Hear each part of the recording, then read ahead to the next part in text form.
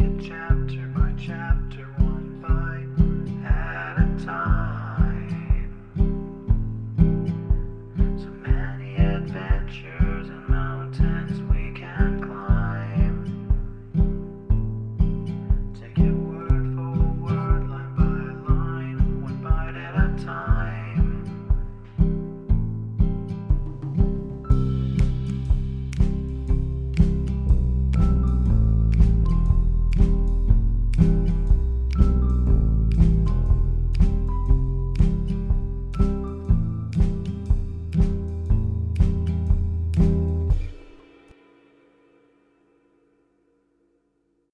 Welcome to Bite at a Time Books, where we read you your favorite classics one bite at a time. My name is Bree Carlile, and I love to read, and wanted to share my passion with listeners like you. If you want to know what's coming next and vote on upcoming books, sign up for our newsletter at biteatatimebooks.com.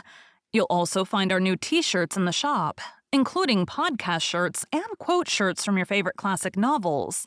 Be sure to follow my show on your favorite podcast platform so you get all the new episodes. You can find most of our links in the show notes, but also our website, biteatatimebooks.com, includes all of the links for our show, including to our Patreon to support the show, and YouTube, where we have special behind the narration of the episodes. We're part of the Bite at a Time Books Productions Network. If you'd also like to hear what inspired your favorite classic authors to write their novels, and what was going on in the world at the time, check out the Bite at a Time Books Behind the Story podcast, wherever you listen to podcasts. Please note, while we try to keep the text as close to the original as possible, some words have been changed to honor the marginalized communities who've identified the words as harmful, and to stay in alignment with Bite at a Time Books' brand values.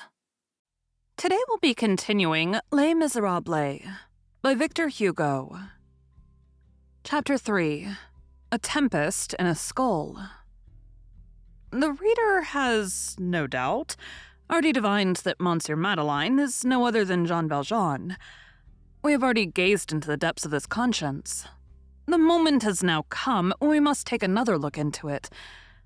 We do so not without emotion and trepidation. There is nothing more terrible in existence than this sort of contemplation. The eye of the spirit can nowhere find more dazzling brilliance and more shadow than in man. It can fix itself on no other thing which is more formidable, more complicated, more mysterious, and more infinite. There is a spectacle more grand than the sea. It is heaven. There is a spectacle more grand than heaven. It is the inmost recesses of the soul. To make the poem of the human conscience, were it only with reference to a single man, were it only in connection with the basest of men, would be to blend all epics into one superior and definitive epic. Conscience is the chaos of chimeras, of lusts and of temptations, the furnace of dreams, the lair of ideas of which we are ashamed. It is the pandemonium of sophisms. It is the battlefield of the passions. Penetrate at certain hours past the livid face of a human being who is engaged in reflection, and look behind. Gaze into that soul. Gaze into that obscurity. There, beneath that external silence, battles of giants, like those recorded in Homer, are in progress. Skirmishes of dragons and hydras, and swarms of phantoms, as in Milton. Visionary circles, as in Dante. What a solemn thing is this infinity which every man bears within him, and which he measures with despair against the caprices of his brain and the actions of his life. Alighieri one day met with a sinister-looking door, before which he hesitated. Here is one before us upon whose threshold we hesitate. Let us enter, nevertheless. We have but little to add to what the reader already knows of what had happened to Jean Valjean after the adventure with little Gervais. From that moment forth, he was, as we have seen, a totally different man. What the bishop had wished to make of him, that he carried out. It was more than a transformation. It was a transfiguration. He succeeded in disappearing, sold the bishop's silver, reserving only the candlesticks as a souvenir, crept from town to town, traversed France, came to M sur M, conceived the idea which we have mentioned, accomplished what we have related, succeeded in rendering himself safe from seizure and inaccessible thenceforth, established at Im, happy in feeling his conscience, saddened by the past and the first half of his existence belied by the last. He lived in peace, reassured and hopeful, having henceforth only two thoughts: to conceal his name and to sanctify his life, to escape men and to return to God. These two thoughts were so closely intertwined in his mind that they formed but a single one there. Both were equally absorbing and imperative and ruled his slightest actions. In general, they conspired to regulate the conduct of his life. They turned him towards the gloom. They rendered him kindly and simple. They counseled him to the same things. Sometimes, however, they conflicted. In that case, as the reader will remember, the man whom all the country of Im called Monsieur Madeleine did not hesitate to sacrifice the first to the second, his security to his virtue. Thus, in spite of all his reserve and all his prudence, he had preserved the bishop's candlesticks, worn mourning for him, summoned and interrogated all the little Savoyards who passed that way, collected information regarding the families at Faverolles, and saved old Fauchelevert's life, despite the disquieting insinuations of Javert. It seemed, as we have already remarked, as though he thought, following the example of all those who have been wise, holy and just, that his first duty was not towards himself. At the same time, it must be confessed, nothing just like this had yet presented itself. Never had the two ideas which governed the unhappy man whose sufferings we are narrating engaged in so serious a struggle. He understood this confusedly but profoundly at the very first words pronounced by Javert, when the latter entered his study. At the moment when that name, which he had buried beneath so many layers, was so strangely articulated, he was struck with stupor, and as though intoxicated with the sinister eccentricity of its destiny. And through this stupor he felt that shudder which precedes great shocks. He bent like an oak at the approach of a storm, like a soldier at the approach of an assault. He felt shadows filled with thunders and lightnings descending upon his head. As he listened to Javert, the first thought which occurred to him was to go, to run and denounce himself, to take that Champmathieu out of prison and place himself there. This was as painful and as poignant as an incision in the living flesh. Then it passed away, and he said to himself, "We will see, we will see." He repressed this first generous instinct and recoiled before heroism. It would be beautiful, no doubt, after the bishop's holy words, after so many years of repentance and abnegation, in the midst of a penitence admirably begun, if this man had not flinched for an instant, even in the presence of so terrible a conjecture, but had continued to walk with the same step towards this yawning precipice, at the bottom of which lay heaven. That would have been beautiful. But it was not thus. We must render an account of the things which went on in this soul, and we can only tell what there was there. He was carried away at first by the instinct of self-preservation. He rallied all his ideas in haste, stifled his emotions, took into consideration Javert's presence. That great danger postponed all decision with the firmness of terror, shook off thought as to what he had to do, and resumed his calmness as a warrior picks up his buckler. He remained in this state during the rest of the day, a whirlwind within, a profound tranquility without. He took no preservative measures, as they may be called. Everything was still confused and jostling together in his brain. His trouble was so great that he could not perceive the form of a single idea distinctly, and he could have told nothing about himself, except that he had received a great blow. He repaired to Fantine's bed of suffering, as usual, and prolonged his visit, through a kindly instinct telling himself that he must behave thus, and recommend her well to the sisters in case he should be obliged to be absent himself. He had a vague feeling that he might be obliged to go to Arras, and without having the least in the world made up his mind to this trip, he said to himself that being as he was, beyond the shadow of any suspicion, There could be nothing out of the way in being a witness to what was to take place, and he engaged the Tilbury from Chauffeler in order to be prepared in any event. He dined with a good deal of appetite. On returning to his room, he communed with himself. He examined the situation and found it unprecedented. So unprecedented that in the midst of his reverie, he rose from his chair, moved by some inexplicable impulse of anxiety, and bolted his door. He feared lest something more should enter. He was barricading himself against possibilities. A moment later, he extinguished his light. It embarrassed him. It seemed to him as though he might be seen. By whom? Alas, that on which he desired to close the door had already entered. That which he desired to blind was staring him in the face. His conscience. His conscience. That is to say, God. Nevertheless, he deluded himself at first. He had a feeling of security and of solitude.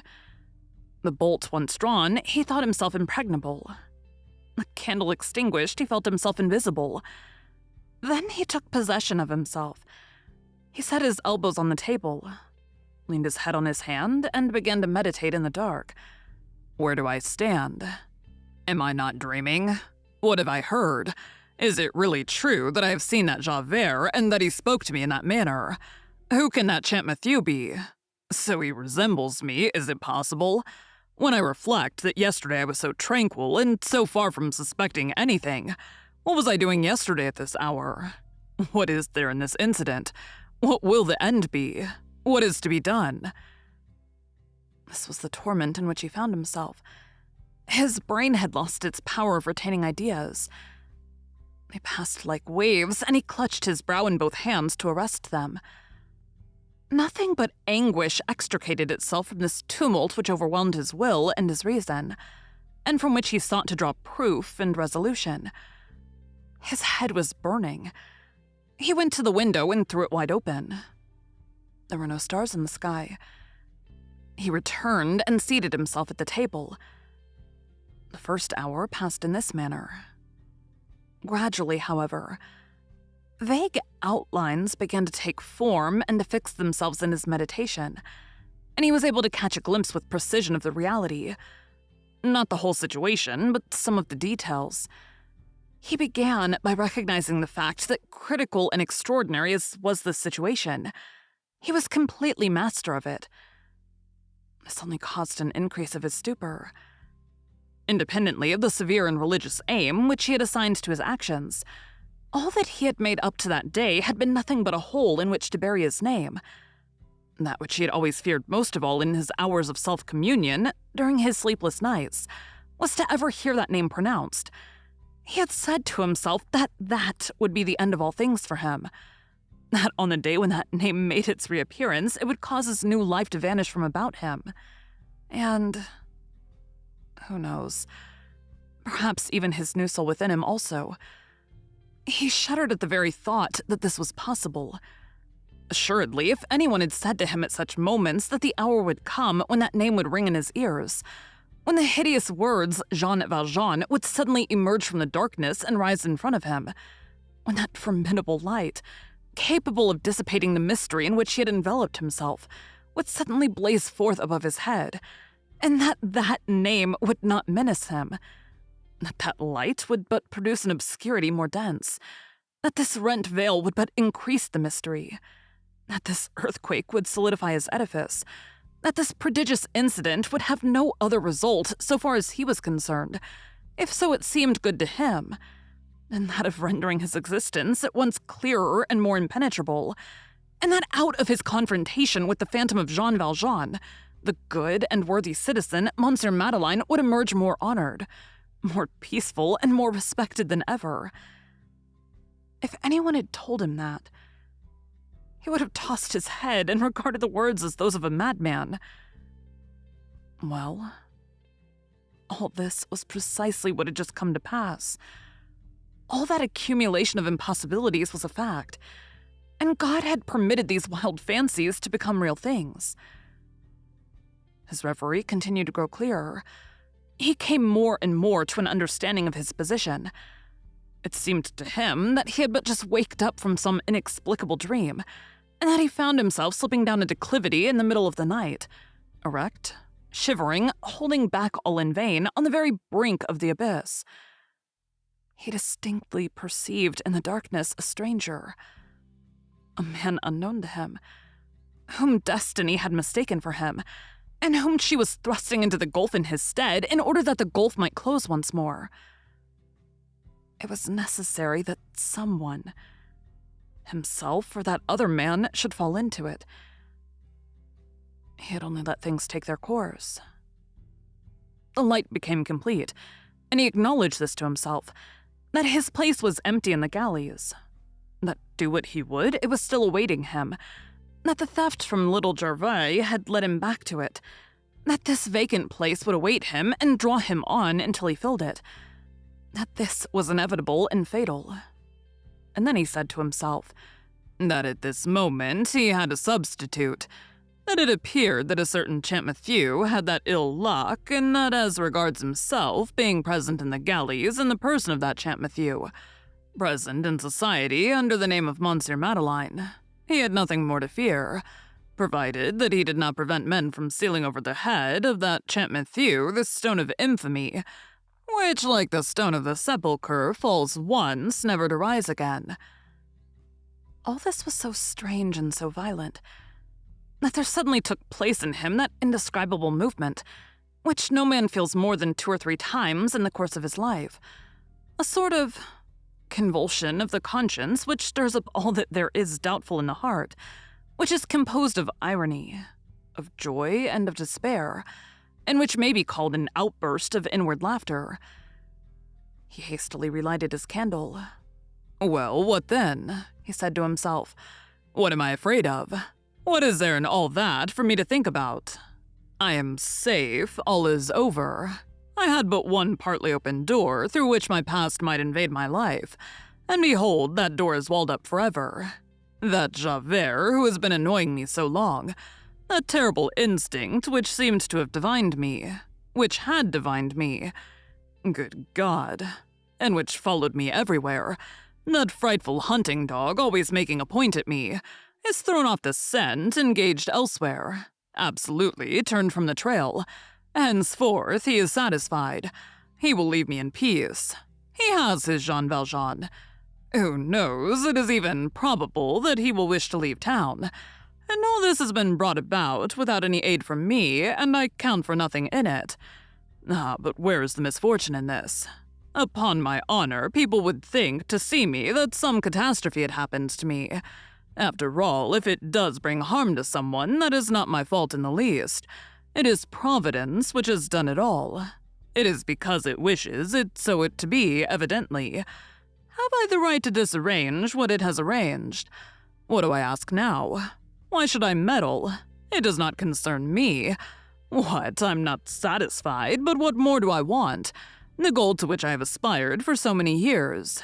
The dream of my nights, the object of my prayers to heaven. Security, I have now attained. It is God who wills it. I can do nothing against the will of God. And why does God will it? In order that I may continue what I have begun, that I may do good, that I may one day be a grand and encouraging example, that it may be said at last that a little happiness has been attached to the penance which I've undergone, and to that virtue to which I have returned. Really, I do not understand why I was afraid, a little while ago, to enter the house of that good curé, and to ask his advice. This is evidently what he would have said to me. It is settled. Let things take their course. Let the good God do as he likes." Thus did he address himself in the depths of his own conscience, bending over what may be called his own abyss. He rose from his chair and began to pace the room. "Come," said he, "let us think no more about it. My resolve is taken." But he felt no joy. Quite the reverse. One can no more prevent thought from recurring to an idea than one can the sea from returning to the shore. The sailor calls it the tide. The guilty man calls it remorse. God upheaves the soul as he does the ocean.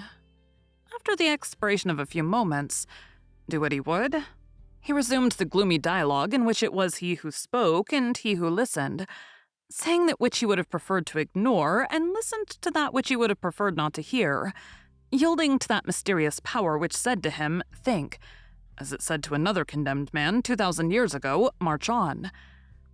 Before proceeding further, and in order to make ourselves fully understood, let us insist upon one necessary observation. It is certain that people do talk to themselves. There is no living being who has not done it. It may even be said that the word is never a more magnificent mystery than when it goes from thought to conscience within a man, and when it returns from conscience to thought.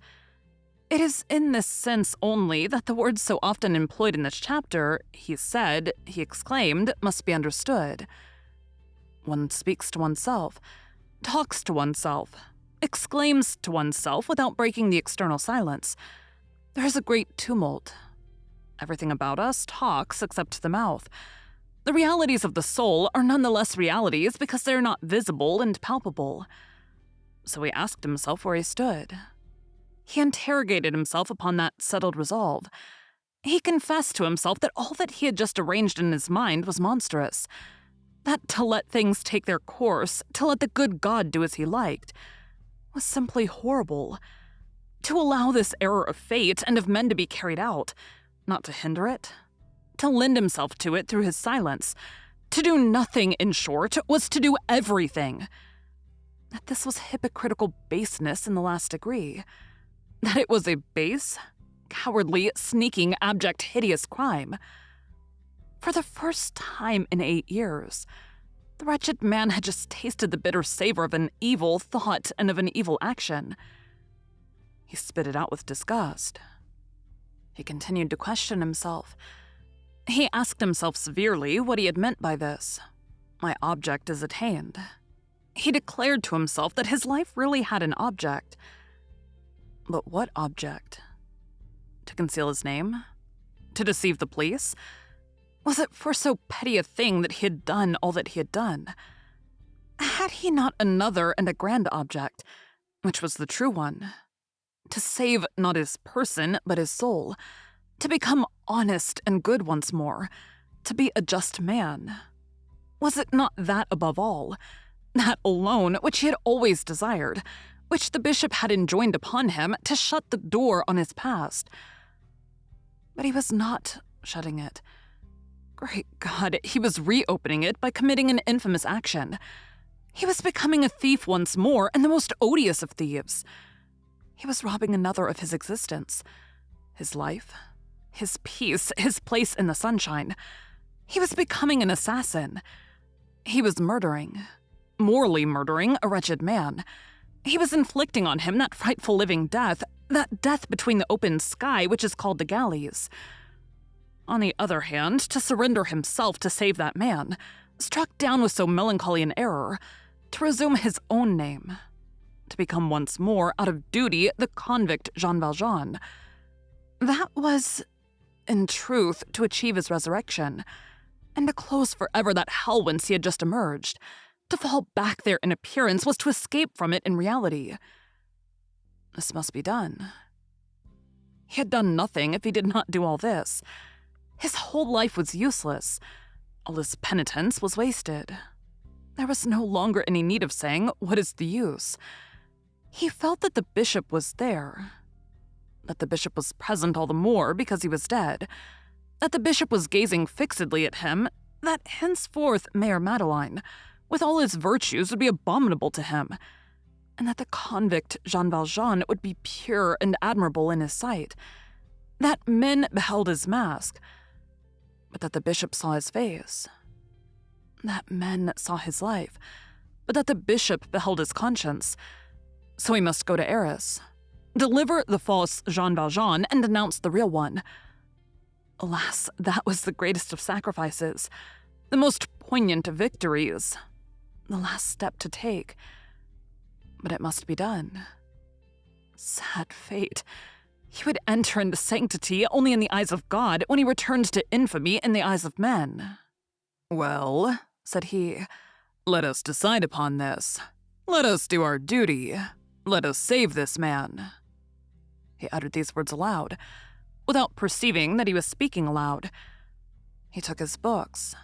verified them, and put them in order. He flung in the fire a bundle of bills which he had against petty and embarrassed tradesmen. He wrote and sealed a letter, and on the envelope it might have been read, had there been anyone in his chamber at that moment, to Monsieur Lafitte, banker, Rue d'Artois, Paris. He drew from his secretary a pocketbook which contained several banknotes, and the passport of which he had made use that same year when he went to the elections. Anyone who had seen him during the execution of these various acts, into which there entered such grave thought, would have had no suspicion of what was going on within him. Only occasionally did his lips move. At other times, he raised his head and fixed his gaze upon some point of the wall, as though there existed at that point something which he wished to elucidate or interrogate. When he had finished the letter to Monsieur Lafitte, he put it into his pocket, together with the pocketbook, and began his walk once more.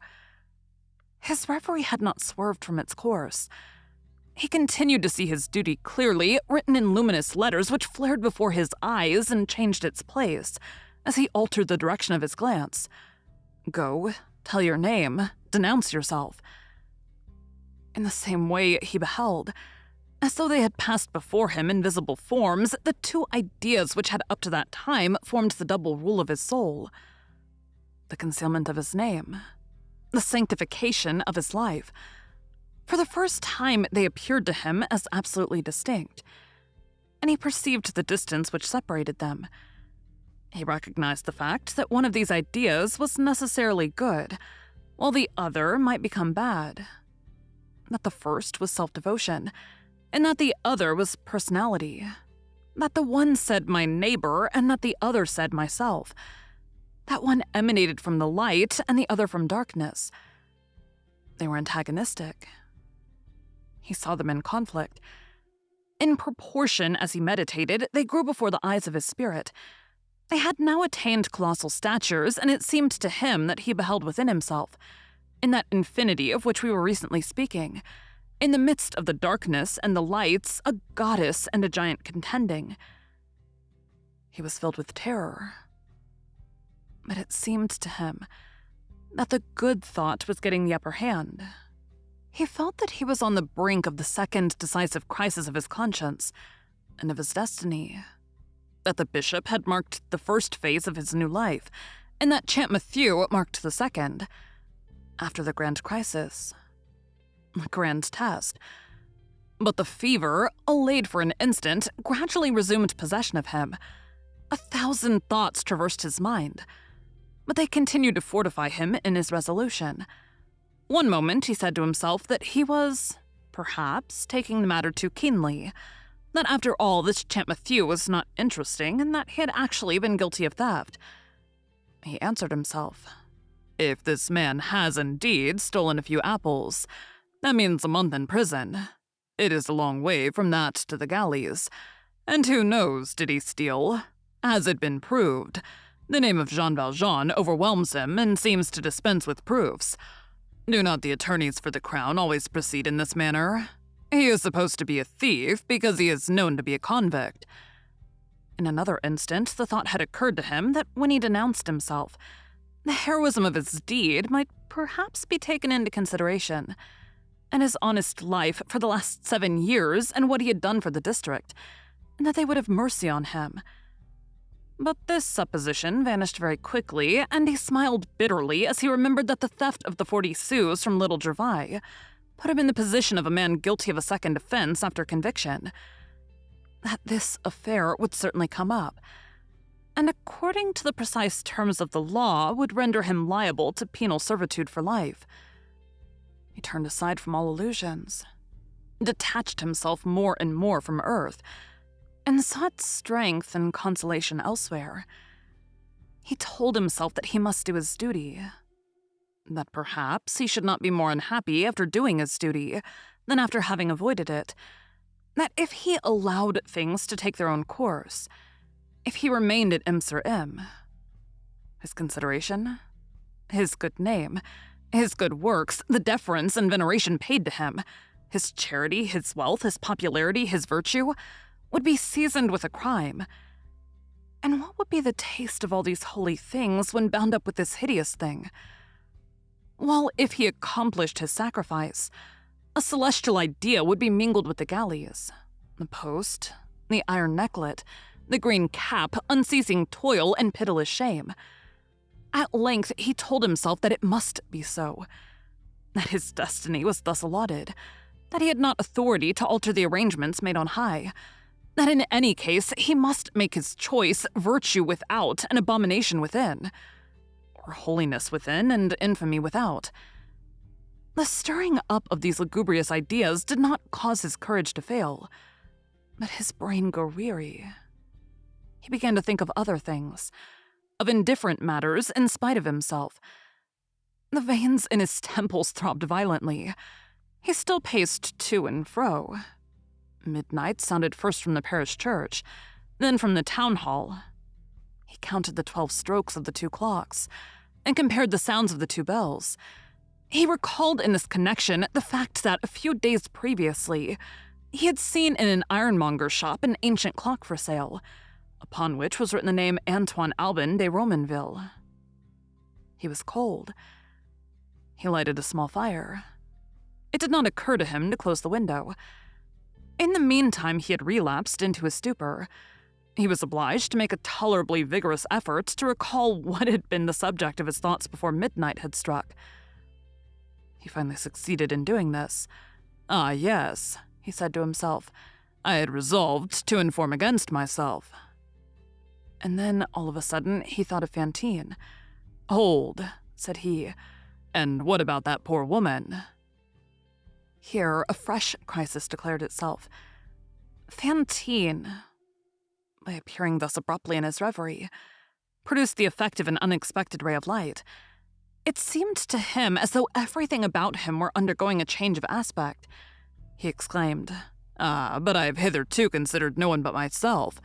It is proper for me to hold my tongue, or to denounce myself, to conceal my person, or to save my soul, to be a despicable and respected magistrate, or an infamous and venerable convict. It is I. It is always I, and nothing but I. But good God, all this is egotism. These are diverse forms of egotism, but it is egotism all the same. What if I were to think little about others? The highest holiness is to think of others. Come, let us examine the matter. The I accepted, the I effaced, the I forgotten. What would be the result of all this? What if I denounce myself? I am arrested. This Champmathieu is released. I am put back in the galleys. That is well, and what then? What is going on here? Ah, here is a country, a town, here are factories, an industry, workers, both men and women, aged grandsires, children, poor people. All this I have created. All these I provide with their living. Everywhere where there is a smoking chimney, it is I who have placed the brand on the hearth, and meat in the pot. I have created ease, circulation, credit. Before me there was nothing. I have elevated, vivified, informed with life, fecundated, stimulated, enriched the whole countryside. Lacking me, the soul is lacking. I take myself off. Everything dies. And this woman who has suffered so much, who possesses so many merits in spite of her fall, the cause of all whose misery I have unwittingly been. And that child whom I meant to go in search of, whom I have promised to her mother. Do I not also owe something to this woman in reparation for the evil which I have done her? If I disappear, what happens? The mother dies. The child becomes what it can. That is what will take place. If I denounce myself. If I do not denounce myself. Come, let us see how it will be if I do not denounce myself. After putting this question to himself, he paused. He seemed to undergo a momentary hesitation and trepidation. But it did not last long, and he answered himself calmly. Well, this man is going to the galleys. It is true, but what the deuce, he has stolen. There is no use in my saying that he has not been guilty of theft, for he has. I remain here. I go on. In 10 years, I shall have made 10 millions. I scatter them over the country. I have nothing of my own. What is that to me? It is not for myself that I am doing it. The prosperity of all goes on augmenting. Industries are aroused and animated. Factories and shops are multiplied. Families, 100 families, 1,000 families are happy. The district becomes populated. Villages spring up where there were only farms before. Farms rise where there was nothing. Wretchedness disappears, and with wretchedness, debauchery, prostitution, theft, murder. All vices disappear. All crimes. And this poor mother rears her child, and behold a whole country rich and honest. I was a fool. I was absurd. What was that I was saying about denouncing myself? I really must pay attention and not be precipitate about anything. What, because it would have pleased me to play the grand and generous? This is melodrama, after all. Because I should have thought of no one but myself. The idea, for the sake of saving from a punishment, a trifle exaggerated perhaps. But just at bottom, no one knows whom, a thief, a good-for-nothing, evidently. A whole countryside must perish. A poor woman must die in the hospital. A poor little girl must die in the street, like dogs. This is abominable. And without the mother even having seen the child, once more, almost without the child's having known her mother. And all that for the sake of an old wretch of an apple thief who most assuredly has deserved the galleys for something else, if not that. Fine scruples indeed, which save a guilty man and sacrifice the innocent, which save an old vagabond who has only a few years to live at most, and who will not be more unhappy in the galleys than in his hovel, and which sacrifice a whole population, mothers, wives, children. This poor little Cosette, who has no one in the world but me, and who is no doubt blue with cold at this moment in the den of those Thénardiers. Those peoples are rascals. And I was going to neglect my duty towards all these poor creatures, and I was going off to denounce myself, and I was about to commit that unspeakable folly. Let us put it at the worst. Suppose that there is a wrong action on my part in this, and that my conscience will reproach me for it some day. To accept, for the good of others, these reproaches which weigh only on myself, this evil action which compromises my soul alone. In that lies self-sacrifice. In that alone there is virtue. He rose and resumed his march. This time he seemed to be content. Diamonds are found only in the dark places of the earth. Truths are found only in the depths of thought. It seemed to him that after having descended into these depths, after having long groped among the darkest of these shadows, he had at last found one of these diamonds, one of these truths, and that he now held it in his hand, and he was dazzled as he gazed upon it. Yes, he thought, this is right. I am on the right road. I have the solution. I must end by holding fast to something. My resolve is taken. Let things take their course. Let us no longer vacillate. Let us no longer hang back. This is for the interest of all, not for my own. I am Madeline, and Madeline I remain. Woe to the man who is Jean Valjean. I am no longer he. I do not know that man. I no longer know anything. It turns out that someone is Jean Valjean at the present moment. Let him look out for himself. That does not concern me. It is a fatal name which was floating abroad in the night. If it halts and descends on a head, so much the worse for that head. He looked into the little mirror which hung above his chimney-piece and said, Hold, it has relieved me to come to a decision. I am quite another man now. He proceeded a few paces further, then he stopped short. Come, he said, I must not flinch before any of the consequences of the resolution which I have once adopted. There are still threads which attach me to that Jean Valjean. They must be broken.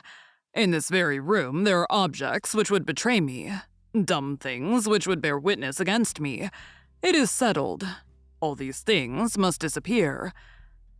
He fumbled in his pocket, drew out his purse, opened it, and took out a small key.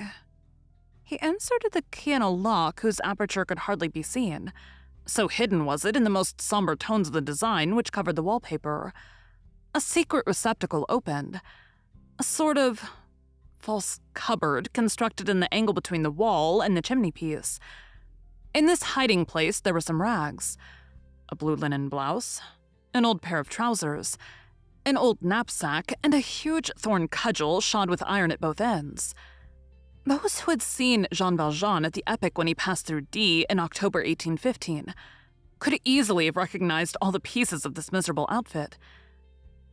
He had preserved them as he had preserved the silver candlesticks, in order to remind himself continually of his starting point. But he had concealed all that came from the galleys, and he had allowed the candlesticks which came from the bishop to be seen. He cast a furtive glance towards the door, as though he feared that it would open in spite of the bolt which fastened it. Then, with a quick and abrupt movement, he took the whole in his arms at once, without bestowing so much as a glance on the things which he had so religiously and so perilously preserved for so many years, and flung them all, rags, cudgel, knapsack, into the fire. He closed the false cupboard again, and with redoubled precautions, henceforth unnecessary since it was now empty, he concealed the door behind a heavy piece of furniture which he pushed in front of it. After the lapse of a few seconds, the room and the opposite wall were lighted up with a fierce, red, tremulous glow. Everything was on fire. The thorn cudgel snapped and threw out sparks to the middle of the chamber. As the knapsack was consumed, together with the hideous rags which it contained, it revealed something which sparkled in the ashes. By bending over, one could have readily recognized a coin. No doubt the 40-sou piece stolen from the little Savoyard. He did not look at the fire, but paced back and forth with the same step. All at once, his eye fell on the 2 silver candlesticks, which shone vaguely on the chimney-piece through the glow. Hold, he thought. The whole of Jean Valjean is still in them. They must be destroyed also. He seized the 2 candlesticks. There was still fire enough to allow of their being put out of shape and converted into a sort of unrecognizable bar of metal. He bent over the hearth and warmed himself for a moment. He felt a sense of real comfort. "How good warmth is," said he. He stirred the live coals with one of the candlesticks. A minute more, and they were both in the fire. At that moment, it seemed to him that he heard a voice within him shouting, "Jean Valjean, Jean Valjean." His hair rose upright. He became like a man who was listening to some terrible thing. "Yes, that's it. Finish," said the voice. "Complete what you are about. Destroy these candlesticks. Annihilate this souvenir.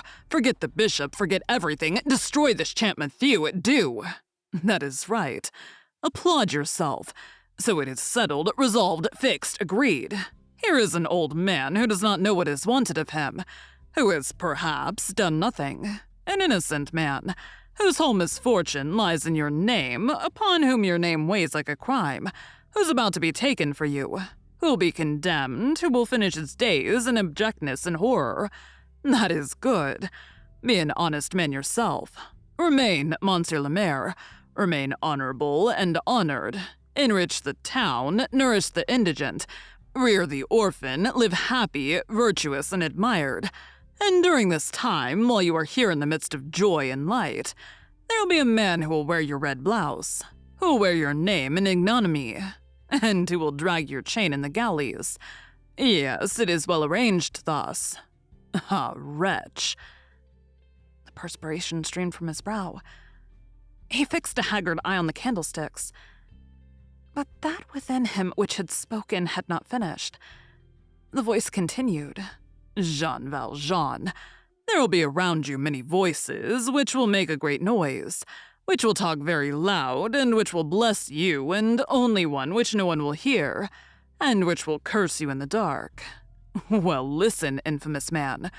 All those benedictions will fall back before they reach heaven, and only the malediction will ascend to God." This voice, feeble at first, and which had proceeded from the most obscure depths of his conscience, had gradually become startling and formidable, and he now heard it in his very ear.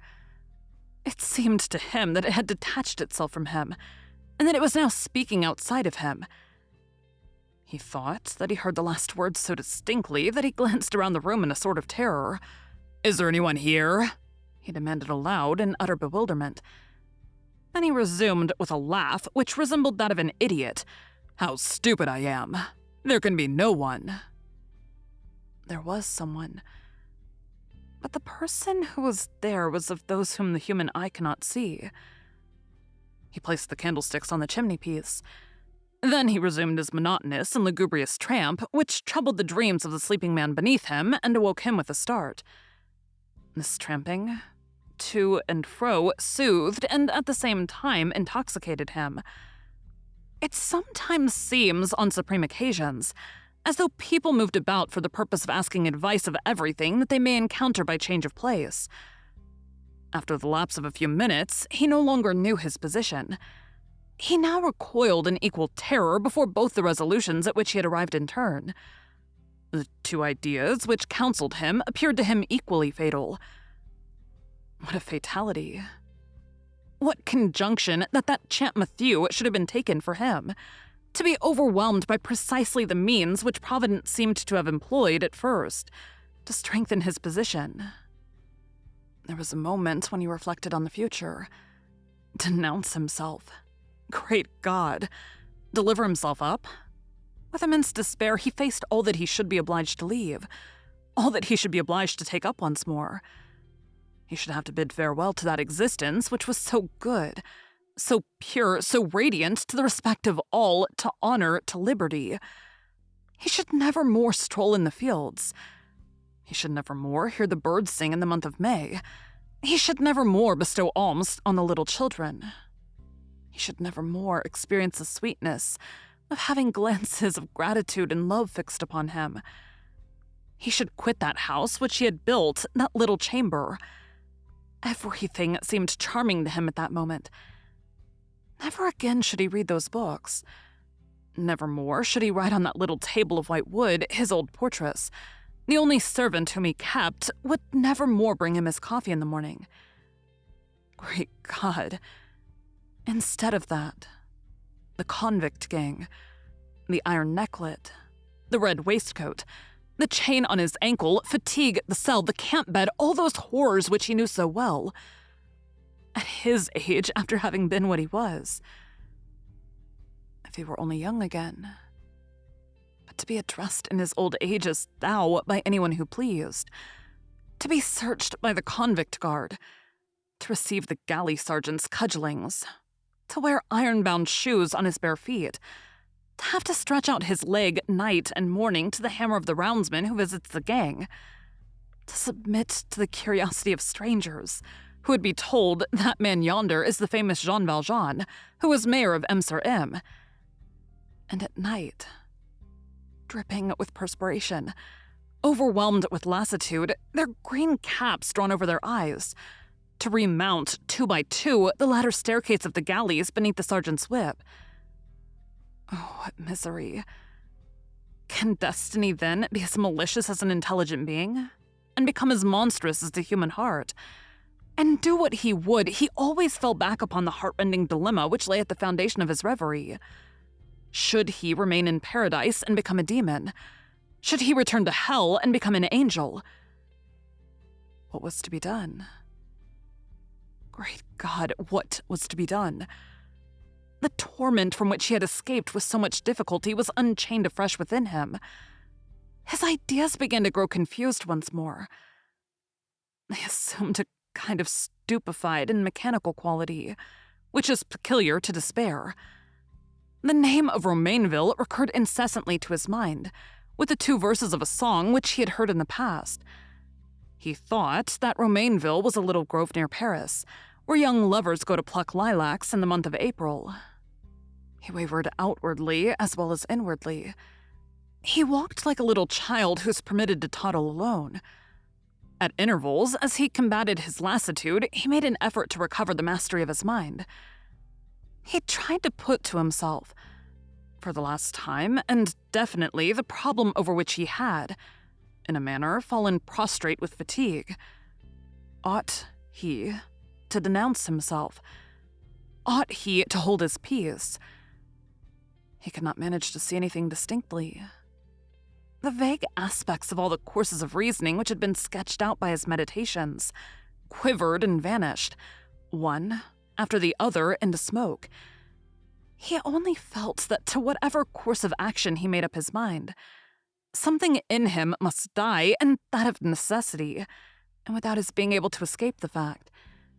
that he was entering a sepulchre on the right hand as much as on the left, that he was passing through a death agony, the agony of his happiness, or the agony of his virtue. Alas, all his resolution had again taken possession of him. He was no further advanced than at the beginning. Thus did this unhappy soul struggle in his anguish, 1,800 years before this unfortunate man.